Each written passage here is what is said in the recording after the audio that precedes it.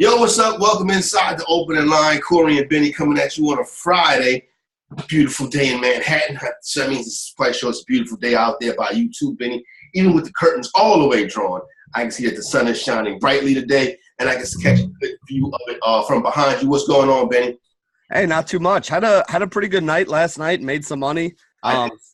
You didn't, or you did? I didn't, Benny. I went all the way in. I went all the way in on Oracle Arena. Yeah, the first quarter did not pay off. That was the one bet that I lost on the Warriors side of it. But in the afternoon, I bet on China while I was doing something with my kid, and Chinese women wound up winning that for me, so that was good. And then I bet Klay Thompson points, which he hit. He had 30 before. He had 30. He didn't even play the fourth quarter. Knocked down 4 threes, so he got the over on the threes. And they paid that out right at the beginning of the fourth quarter when they announced that he wasn't going to be playing anymore. So I took it and parlayed it right onto the Toronto Raptors. So I took the Raptors at minus 117, and then I took them again at plus 105. So definitely had a very good day. I basically just took the money I made in soccer, put it on basketball, took the money I made early in basketball, and, wound up finishing it off with the Raptors. And then I got paid out on my Raptors winning the series bet too. So the account's looking pretty nice tonight. Good job. Mine's is not. Actually, we have to go there today and put some more in because we rode the Golden State Warriors to win. I needed to get some juice out of that. Last night. I had the Draymond triple-double with the Warriors win. That didn't pay out. I had Klay to have 25-plus with the Warriors win. That did not pay out also. And, of course, I had the Warriors winning. I had the Warriors in the first half. So everything that I had, Benny, yesterday was a disaster. I also had the Atlanta Braves and the under in the daytime yesterday. So a big fat 0-4 for the fantasy executive, but we try to get back at it today. You know what I'm saying? Yep, it happens. Let's start out by giving a shout-out and congratulations, we the North, to the Toronto Raptors. They win their first ever NBA championship. They go into Oracle Arena. They win 3 games in Oracle Arena. Kawhi Leonard, the MVP. We the North, Drake, Knob, the whole crew. The NBA championship lives in Canada. Yeah, the NBA championship is in Canada. That never happened when Obama was president. That's all. I mean, go to the White House? Yeah, that's it. No, they're not going to the White House. They're not. They're definitely not going to the White House. But either way, I mean, seriously, all props deserved by the Raptors. They played a great series right now. They came out, they beat. Did they quote unquote get a little bit lucky with the Warriors being banged up? Yeah, but Tommy G actually had, and he's not even a basketball guy, but he actually had a good point that I was talking about with some of my buddies last night. You look at the run that the Warriors made to get there to the finals. Paul Pierce mentioned it yesterday. You not only have to be good, but you also have to be a little bit lucky, right? Like, you got to be the team that stays healthy. Toronto, for the most part, stayed healthy. I mean, what'd they lose? OG Anunoby. Maybe they played, I think, one game or half a game without Kawhi in this run. They played half a game without Fred VanVleet in this run, but for the most part, they've been healthy throughout the playoffs here, and they ran into teams that had a couple injuries along the way. I mean, basically everybody on the Golden State Warriors, when 3 of your 5 All-Stars, I mean, God, what are you going to do when 3 of your 5 All-Stars are hurt? I mean, you only have to play with 2 of them at the end of that game. So the Warriors, yes, they had a bad run, but they've also been on the right side of this stuff before too. So to me, I don't think it's all that big a deal. Like, Toronto was the team that won. They deserve all the credit. Anybody who's trying to put the stupid asterisks next to it, there's no reason for that stuff. Toronto is the champion. They deserve it. They won it all. They get all the props. Doesn't mean the Warriors suck. The Warriors were a great team. They made it to 5 in a row. But this year was the Toronto Raptors' chance to go ahead and do their thing. Yeah, you look at the Warriors. Obviously, they've caught some breaks along their stretch of dynasty. I tweeted out yesterday that this was the last night of a dynasty, and I really truly think that might be the case. Warriors will continue to be a good basketball team and a powerhouse in the Western Conference, but things won't be as easy as they've seen the past 5 years. Kyrie and Kevin Love in their first playoff run, they come back in the second one and actually lose. You get the Kawhi Leonard injury. Remember, the Spurs were up 22 points in that game in Oracle Arena when Kawhi goes down. Then you come back, you have the Chris Paul situation. So they have gotten the benefit of the breaks a lot over the course of the past couple years. Did not end up that way this year. Kevin Durant with the ruptured Achilles, Klay Thompson tears his ACL. Benny, the Golden State Warriors didn't have any more minutes in them, period. That's just the way that this series broke down. They've been playing a lot of basketball for 5 years in a row, all the way to the last game or next last game of the season at times. And the minutes just weren't there. If they would have had to go to Toronto on Sunday, they would have got beat by 100 points because the bodies just were gassed. Yeah, I mean, gassed, obviously the injuries played a big deal, with everything that was going on. But, yeah, I mean, this is the way it is. I mean, this is why all those people who were saying the Warriors could have won the whole thing even without Kevin Durant, people like, oh, well, why did the Warriors need Durant? The reason why you need that third and fourth superstar are exactly what happened to the Warriors in this playoff run.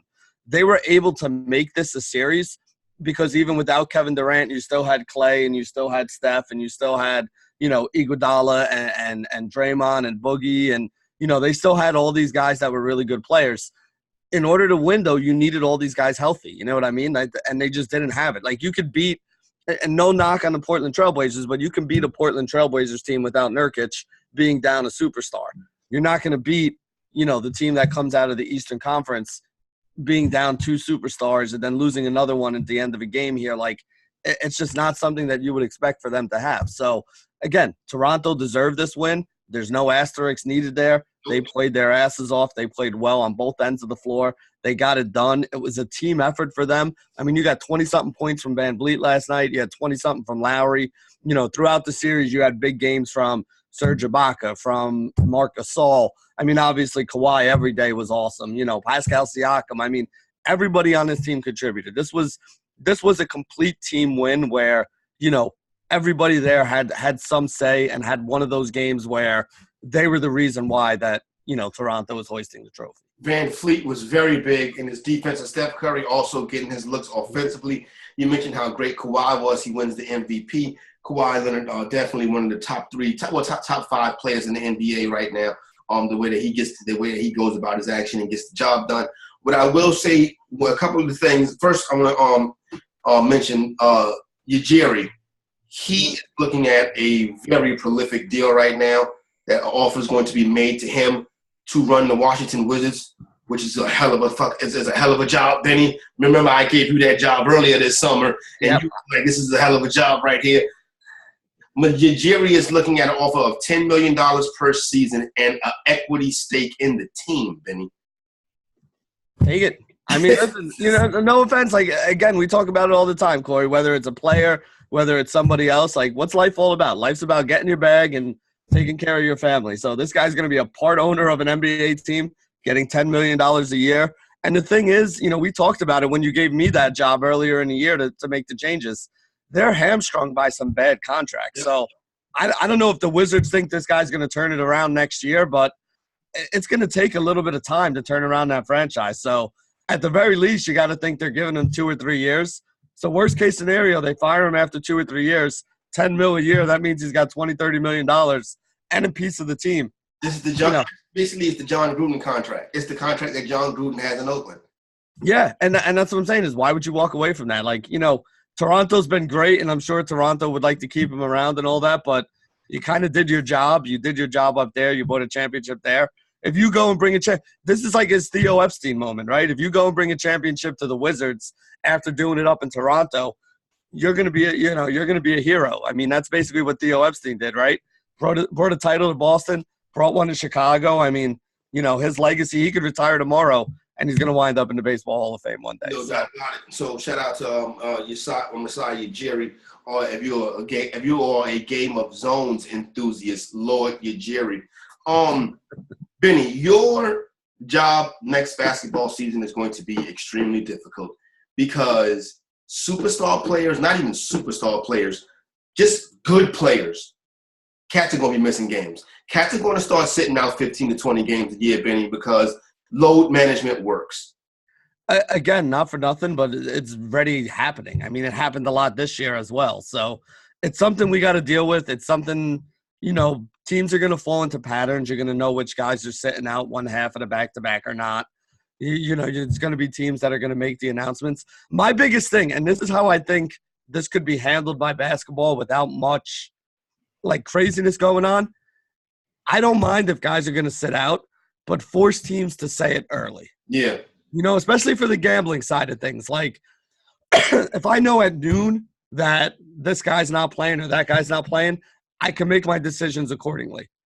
If it comes out at 6:45 at night, you're going to have people pissed off, and they're going to walk away from, betting as much as they should on some of these products. No doubt. What I will say is this: for you do like to bet on basketball.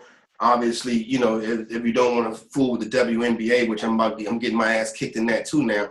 You don't want to fool with that. You got the Summer League will be coming up in about 2 or 3 right after the 4th of July. The Summer League kicks off, and then you have the FIBA World Cup coming up in September. But obviously now you got baseball going down every day as we turn our minds and our focus to football, and obviously the college football will be coming up probably a little bit 2 months from now as we get into August. So it's planning session, getting prepared for the NFL time, and trying to get some money on baseball. Also, Benny, got to talk about Prize Picks, another way that you can get some money if you are a viewer of this program, or if you are a subscriber to Elite Fantasy, or just a part of the family over here. Basically, Prize Picks it looks like a fantasy prop type of parlay style game. So each and every day, my main man Benny will give you one prize pick for the day. You can use promo code ELITE to sign up over at prizepicks.com. Once again, that's Prize Picks. Benny will have the pick a little bit later on in the program. Right now, Benny, let's hop into the mock draft that took place yesterday. I see you have made your pick. When I got up this morning and I took a look at this draft board, Benny, I was like, man, what in the hell is going on in this draft? And I'm thinking to myself, listen, I don't know if this is like people making mistakes, because I don't really see too many mistakes. But what I see is a lot of depth in the first 2 rounds of these drafts, of fantasy drafts this year, Benny. Or do you think it's mistakes? Is it depth or mistakes? I mean, there are certain guys that I would have taken before some of the other guys that other people took. But for the most part, the guys who are being drafted, like, I haven't really looked at the list and said to myself, what the hell was he thinking when he drafted that guy? You know what I'm saying?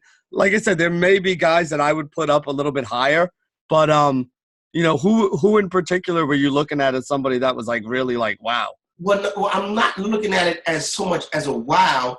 I'm looking at it more. Le'Veon Bell was the second, was the 1, 2, 3, 4, 5, 6, 7, 8, was the 7th pick of the 2nd round. Yeah, I mean, listen, he was actually the one guy that was left in my queue. I was hoping that he fell to me there, because I would have loved to start a draft with both of the New York running backs as my pairing. Dope. He wouldn't have got past me, Benny. All right, so I wouldn't have to worry about it anyway. But, yeah, I mean, that's what I'm saying. Is like, I don't think it's so bad. But, like, I don't think I would have taken Dalvin Cook went before him. I don't think I would have taken Dalvin Cook before him. I don't think I would have taken Nick Chubb before him, even though I do like Nick Chubb a lot. James Conner going right after. Is that you, the Damian Williams pick? All day, every day. You bastard. That was the other guy that I had on my queue besides Le'Veon. Mixon. All right, I don't mind the Mixon pick there. Ertz going first pick of the 2nd round. Exactly. That's the thing. 2 tight ends went in the first 24 picks. 2 tight ends went in the first 13 picks. You're right. 2 tight ends went in the first. Yeah, Ertz was 13th, and what was Kelsey, like 9th or 8th? Yeah, 2 tight ends go in the first 13 picks, so that dropped Le'Veon Bell down a little bit. Then you had the back-to-back picks in the first round of David Johnson and Todd Gurley. I think that dropped Bell's stock a little bit. Now, see, the David Johnson one, like, you don't mind the David Johnson one. I can make – again, I prefer Le'Veon Bell, but I'm not going to tell somebody they're a moron if they take David Johnson over him. I get that. That one I get. The Gurley one, I mean, did you see – I don't know. There was something that came out last week where one of the beat writers was basically like, yeah, I wouldn't buy all this hype. Like, Le'Veon Bell's going to be fine. He's going to be okay. You mean Todd Gurley? Yeah. With Todd Gurley's going to be fine. He's going to be okay. I still don't believe it. I mean, I know, like, this one beat writer saying this and all, but I'm really scared of messing with Todd Gurley this year. Yeah, I would be my exposure would be very low. It would probably be auction based, and it would have to come at an extremely valuable price right there. Mm-hmm. And if you put him on your team this year, you understand that you have to build running back depth, because he's going to be a player that you never know what his thing is going to be. The problem with investing in Gurley like this when he's going through is if he gets off to a slow start, you're going to continue to be playing him, waiting for that bust out. You know what I'm saying? And then by week 4, 5, 6, if that bust out don't happen, then you just wasted the first half of the season. I don't think it's worth the headache this year. Like I said, if I do it, it'd be very limited exposure, and it probably will not be a league that costs me no more than $50 to get into. I'll be 100% honest with you. But other than that, the pieces are the same. I don't like Odell in the second, my opinion. I think Odell should be the first wide receiver off the board. Yeah, I'm just gonna go back and look real quick while you were talking. Who went before him? Hopkins, Adams, right. Julio, Michael Thomas. Like I said, nothing wrong with any of those players. I think Odell can have a monster season. I would say I would draft Odell somewhere around pick 6, 7 as the first wide receiver off the board. Yeah, Odell being 15th there is, I don't know about that. But again, I mean, the other guys, like, again, this is what I was saying, is it's not like there was anybody drafted who I'm like, why the hell would somebody take that guy? Yeah. I think it's depth this year. Yeah, why would you take him where you took him is more my question. So who got Odell? Whoever got Odell also got Devontae Adams, right? Yeah, Rusty has Devontae Adams. And I'll run through the first couple of rounds, let you know how teams started. There's the draft board, but I was looking for the draft board, but it's so much easier to see when you can see who picked who and then who they followed it up with. I'm about to say, did somebody come in and join us? I wasn't expecting. Is that your computer or was that mine? Oh, that might be me because I'm on a clock. Oh, yeah, that's what it is. That's right, you're on the clock. That's exactly what's happening. So we're on the clock. Vinny gets to make a pick live, but right quick, let me run down. Michael Thomas and Zach Ertz's one team start. Armando starts with Julio Jones and Nick Chubb. Rusty starts with Devontae Adams and Odell Beckham. Draft Cheat starts with Travis Kelce and Dalvin Cook. That's an interesting start. Adams start with Gurley and Juju Smith-Schuster. Then we have a David Johnson, Joe Mixon start from Roto Gut. Shout out to my man Vlad. Then we got the D-Hop, Antonio Brown start. That just says at Guru Elite. I'm not sure who that is, but that's the D-Hop and Antonio Brown. That's a very good start too. So I'm interested to see how that team pulls their running backs together. You have a Melvin Gordon, Le'Veon Bell start, which is a very good start also. You got the Christian McCaffrey, James Conner start, another running back start. This one's by Tyler. I come in with Alvin Kamara and Damian Williams. Then you have the Rad Dad with Ezekiel Elliott and Adam Thielen. And then, Benny, you go Saquon Barkley, Keenan Allen on the clock right now for your third pick. Why Keenan Allen? Well, I mean, I wanted to get a wide receiver there. And also, the other thing about this league, I don't know if you looked at the scoring, because I actually did after I made my first pick, because I was taking Saquon either way. We're also playing with that bonus for first downs. Yeah, that first down bonus thing. So a guy like Keenan Allen playing out of the slot with all the catches and targets that he gets, he's a guy that could rack up a bunch of first downs as well. And again, I mean, I needed a wide receiver at this point. I took Barkley first, and 1, 2, 3, 4, 5, 6, 7, 8 wide receivers are already off the board. So I figured it was time for me to go there. I'm not going to go tight end with that second pick because basically the only 2 tight ends that I would have taken this early are Ertz and Kelce, and they both went way before I had the pick. So I'm going to probably wait to make my next pick until we get off the air because I'm going to look through, decide whether I want to go with a second wide receiver here or my second running back here.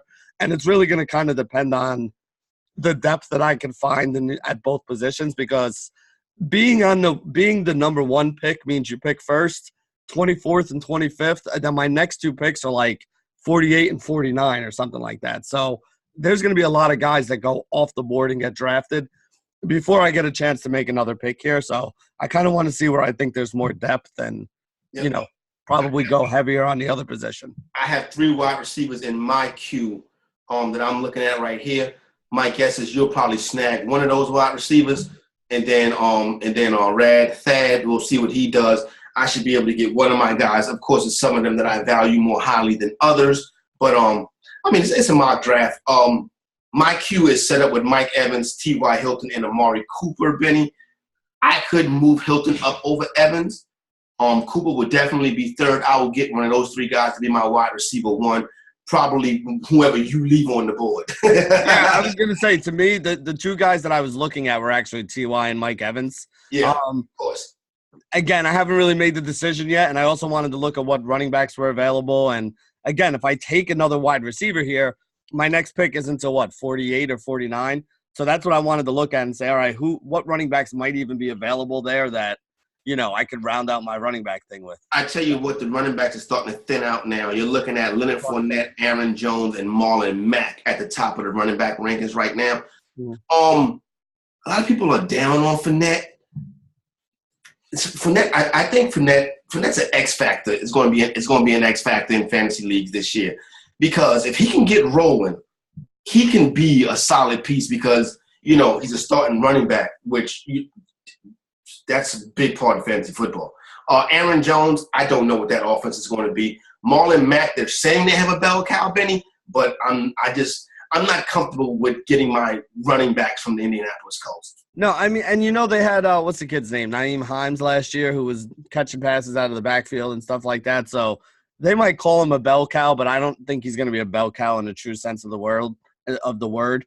And also, I mean, Mack has injury issues of his own, so there's a lot of question marks with those guys.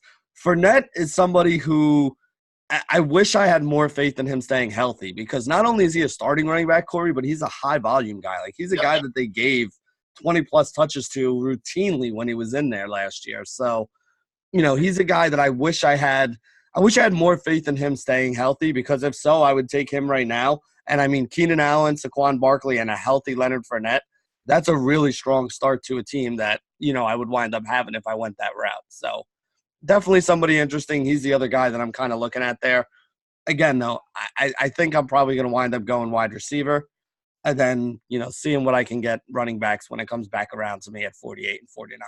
No doubt. So there you go right there. You're already off to a good start with Saquon Barkley. So that's what we got going on. Don't forget FantasyGuruSite.com. FantasyGuru.com is where you get your season-long fantasy stuff at. And we getting over there. Draft kit is already out. Getting over there, rocking and rolling for fantasy football for 2019. It's going to be lit live. You better get involved right now. It's FantasyGuru.com. All right, Benny. About to hop in, get ready to discuss and talk a little baseball. Right quick though, I wanted to another note about last night. I thought everybody did a great job. Mike Green is the voice of it. Doris Burke with trophy presentation, always great at what she does. I think she's the top broadcaster in the business, if you ask me. Just another great season out of the NBA. Commissioner Adam Silver and his boys, they do a great job, Benny. And once again, congratulations to the Toronto Raptors. Got to give a shout out to my main man, Gabe, long-suffering Toronto Raptors fan. He was in good spirits last night, Benny. I can imagine he was, man. And Gabe's one of those guys that's not like, hey, just became a Raptors fan last week because they're in the finals. Gabe was a Raptors fan like even before Vince Carter was a Raptor. That's how long he's like that. It'd be like the Jets winning the Super Bowl for me. It's one of those kind of situations. So definitely a good day for him. When LeBron James eliminates the Raptors, they're Toronto's team. Now that the Raptors are champions, they're Canada's team. That's what people said, I mean, that small market Toronto team, with Toronto being like the fifth biggest city that has an NBA team or something like that. But, right. It's a small. And the thing is, it's not even just Toronto. Everybody in Canada is rooting for the Raptors, Yep. So they had a whole country behind them for this run right here. Obviously, the Maple Leafs' dominance of years past has been long gone, and the Raptors are NBA champions. Right quick side note on free agency, Benny. I tell you, if you are a New York Knicks backer, it went from Kyrie Irving, Kevin Durant, Zion Williamson, and now it is Kyrie Irving's going to Brooklyn. Yep. Kevin Durant has a ruptured Achilles. Yep. Zion Williams is in New Orleans. Yep. And Knicks fans say, okay, well, what about Kemba? We can definitely get Kemba. Yesterday, Kemba Walker more or less says he will take a discount if they can build that team around him in Charlotte, and Knicks fans have to be face-palming right now. It looks like it's going to be the summer of Chris Middleton. You know what? I mean, Chris Middleton's a hell of a player, but here's the biggest problem in New York, in my opinion. James Dolan's a clown. Like, why would you want to go to New York and play for the Knicks? Look at the shit show that has happened in New York in just the past, 10, 15 years. You had the Isaiah Thomas debacle. You had the Phil Jackson debacle. Dolan likes to hire big names so that he can get the back page, but he's not hiring the right guys to do the job. And you can tell. I mean, look at the Knicks roster right now. Not for nothing, Corey, but name one player on the Knicks roster that any other team really covets. Yeah. The Knicks think they have all these pieces that people want to trade for. Who do you want on the Knicks roster? Nobody. That's what I'm saying. There's not a single guy. Dennis Smith Jr. is probably the guy that has the most, the most juice. And I don't even think he has that much juice. Nope, I agree with you. Kevin Knox could have some cachet. Mitchell Robinson should be a good young rim protector as he develops. But there's no guys that you must have. It's no Jason Tatum. It's no Kyle Kuzma. It's no player like that. There's no dynamic young asset on the New York Knicks. Right now, their dynamic young asset is the third pick of the draft. So here's my thing. Like all the guys you mentioned, and I agree. Those are the best players that they have. The Knoxes and the Robinsons and the DSJ, right? Like those are the players that other teams would actually covet or want in some kind of a trade. But on most other teams, those guys are all second unit players. Yep, exactly. So the Woj bombs will start dropping free agency in the NBA coming up. It's going to be interesting to see how the New York Knicks shake out at this point. My guess is they will still offer Kevin Durant a max salary. We won't see Kevin Durant no time soon, but he'll still get offered the max. They'll try to put that second piece in there. I think Jimmy Butler is probably a name that's getting kicked around those offices right now. Also, it's going to be tough to load him out of Philadelphia. They'll probably kick the tires on D'Angelo Russell also. D'Angelo Russell, I've heard, and good word, is not leaving the Brooklyn Nets by any stretch of the imagination. He loves it in Brooklyn, also getting that opportunity there. So NBA free agency coming up. Woj bombs will be dropping. But right now, but let's hop in, talk a little prize picks right quick. Once again, promo code ELITE. You go over there right now and sign up for prize picks. More or less, it's a fantasy game and a gambling game, more or less like player prop parlay cards or something like that. In fantasy baseball, pitchers get 6 points to win, 3 points to strike out. An earned run is a -3. They get 3 points for every inning pitch, 4 points for a quality start. The hitters get for a single is 3 points, a double is 5, a triple is 8, a home run is 10, an RBI is 2, run scored is 2, a walk is 2, hit by pitches 2, a stolen base is 5. Right there, Benny. That is how it is scored. Once again, prize pick, promo code ELITE, get you in the door with a little bit of a bonus. So if you're looking at today's card, what do you think? Yeah, so I mean, the easy way to look at this for people out there, if you play FanDuel, it's basically FanDuel scoring that they use. So the idea of this prize picks thing is it's kind of like props, but it's fantasy points instead of actual points or assists or whatever. At least for the baseball one. The baseball one they're doing by fantasy points there. So really what you want to do is, if you're doing your DFS analysis, you want to look at guys that stand out as guys that have an opportunity to get like double-digit fantasy points. So one guy right away that stands out to me on this list, or basically everybody on this list that kind of stands out to me right away, is all the guys in the Boston Red Sox today. So you got like Mookie Betts on this list, I think. There's a JD Martinez on this list as well. Basically the Red Sox today are playing the Baltimore Orioles, right? Orioles starting pitching is bad. Their bullpen is absolutely horrible. The starter today is Dan Straley. Straley is a guy that gives up a lot of hard contact and a lot of fly balls. So good chance that you can see some home runs off of Straley today. So guy like Mookie Betts, guy like JD Martinez, those are guys that I would be looking at. Mookie Betts is the one I like more than JD Martinez today. So he's somebody that I have up there on top of my list. Francisco Lindor, I think, is a good bet here today. They're playing the Tigers, pretty good matchup for him. So Mookie Betts, Francisco Lindor would be a nice 2x2 to use here in this situation. Now you could go, they allow you to pick either 2 guys, 3 guys, or 4 guys, right? Yep. And obviously the more guys you pick, the higher the payout's going to be for you. So, but you don't have to win the whole card. You can win. You know what I'm saying? It doesn't have to hit like a parlay for you to win all of it. You can hit one by one and still make a little something, but obviously hitting all 3 or all 4 of them is where the big payout comes at. Yeah, that's the way to make big money if you're looking to kind of parlay it together. There's probably going to be situations where, like DFS, you want to be parlaying, parlaying entire lineups here, like basically. The thing about it is, I wonder if they were going to allow you to do that. That's what I'm curious, because I was thinking the same thing. Because if you say, okay, the Red Sox are going to go crazy today, just load up with Red Sox, I wonder if they allow you to do that. My guess is they would. Yeah, I mean, again, this is a brand new site, right? So we're all kind of just learning the ropes. That's why I'm throwing some things out there for people here today to kind of think about. But again, that is the high upside way to win in DFS, and this is kind of based on fantasy scores. So you would think that there's probably going to be some correlation between upside and stacking here, at least stacking as many guys from one team as they allow you to do. But a couple other guys that I'm looking at here. I like Paul Goldschmidt against Steven Matz here today. Matz is a guy I think can give up some home runs. So Goldie going up against Matz, another guy I'd be looking at.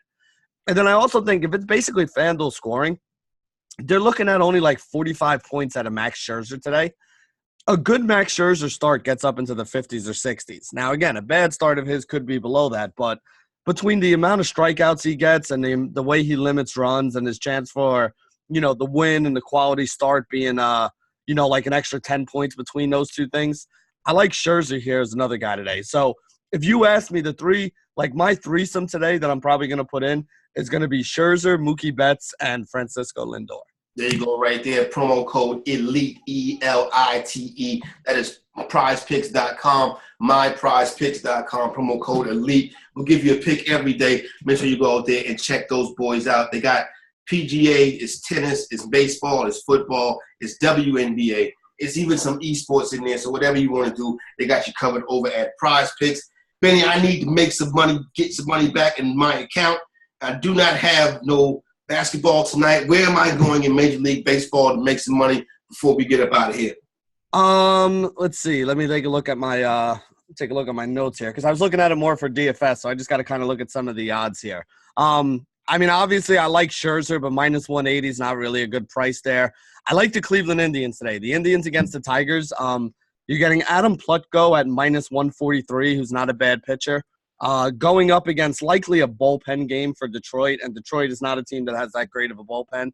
So I do like the Cleveland Indians here as, one of the teams that I would be willing to bet on today. Let's see. I'm not messing with that Snell game. Not really messing with the Marlins and the Pirates game. Don't really love anything in that Cardinals game. I'm trying to look at some of the Twins are. The Twins are a team I like, but I'm not taking the minus 225 there. No, the Yankees are minus 110 today. Yeah, I honestly don't love the Yankees because Giolito's been pitching pretty well. So again, that's another one that I'm staying away from. I love the Astros, but minus 300 on Garrett Cole doesn't make a lot of sense. Which one I like actually? If you're looking to make some money today, I actually think the Seattle Mariners are a team that can pull off an upset at plus 160 today. Chris Bassett had a very good start to the season, and the last couple games he's kind of been going downhill. So the Mariners are one of those teams at plus money that I'm going to be taking a little bit of a flyer on here today. So like I said, my favorite bet of the day is probably the Cleveland Indians. If you're looking to take something where you can get some money or juice up a parlay, I do think that the Seattle Mariners are one of those teams that could win at plus money. There you go right there. So that's how you get down today. Wherever you book at, make sure that you get that done today. Elite Sports Betting. You can go over there and sign up right now. We got you covered some of the sharpest baseball minds in the business. I'm looking at some of the picks right now on the site, so I'm going to make sure I log them in. Don't forget also fantasyguru.com and sign up for Prize Picks. The promo code is ELITE. Benny, before we get out of here today and get ready for the weekend. Today is Friday. This week flew by. How about that? You going down the show this weekend, or you chilling up here? No, next weekend we close in the house next Friday. So I won't be here next Friday. We won't have a show next Friday. I'll be stuck in my lawyer's office just signing checks and paperwork and all that stuff. So, but this weekend we're just kind of hanging here. I think my kids got a couple baseball games and probably cook out in the yard or something. And it sucks because if this series would have went 7, when the 7th game was supposed to be, right? 9 o'clock Sunday night, Father's Day. That's it. It would have been an awesome way to end Father's Day and start the new week, but. Whatever. We'll have to find something else to do. Guess we'll have to watch some baseball. I think there's some MMA this weekend. There's a lot of soccer this weekend, Corey. A lot of soccer. CONCACAF, which is like the qualifiers that like America plays in. The South America, the Copa America, South American qualifiers are going on this weekend. Here's a quick bet for everybody out there. There's 2 guys who I always say whenever they play, you bet on them for first goal. You bet on them to score. Cristiano Ronaldo worked out pretty well when we bet on him last week. Lionel Messi in Argentina play on Saturday. So take Messi for first goal, take Messi to score in that game. It's very likely to happen. He's the best player in the world. He plays for Argentina, right? Yep. All right, so there you go right there. That's some soccer for the weekend. Everybody enjoy the U.S. Open. Also, if that's your thing, if you want to lay it down on that, Elite Sports Betting, we got you covered. Everybody enjoy it. Happy Father's Day. Also, obviously, big piece of chicken. I don't know who exactly to give it to. but I would say that it has to go to the Toronto Raptors, probably just as a unit, as an organization, with Kawhi Leonard and Kyle Lowry leading the way, along with Nick Nurse and Masai Ujiri. They win the NBA championship. Big pieces of chicken all around, Benny, to the Toronto Raptors. Yeah, I mean, I got to do the same thing. I mean, even if you want to talk about Fred VanVleet, who had a great game last night, Pascal Siakam, who had a bunch of good games during this series. I mean, listen, this wasn't LeBron James carrying a bunch of scrubs to a championship. It was a team. This was Kawhi Leonard being the leader and the stud, with Kyle Lowry also alongside him being the guy that kept everybody in place. But this was an entire team effort of a whole bunch of guys. The best thing for me was, I think it was Game 4 or Game 5, where the entire starting five had like 12 to 18 points. That's a team. That's a good team that wins it all together, and they deserve all the accolades that they're going to be getting for it. No doubt about it. So there you go right there for my main man, Benny Ricciardi. Corey Parson, the fantasy executive. Happy Father's Day to all of you. We are out. See you on Monday.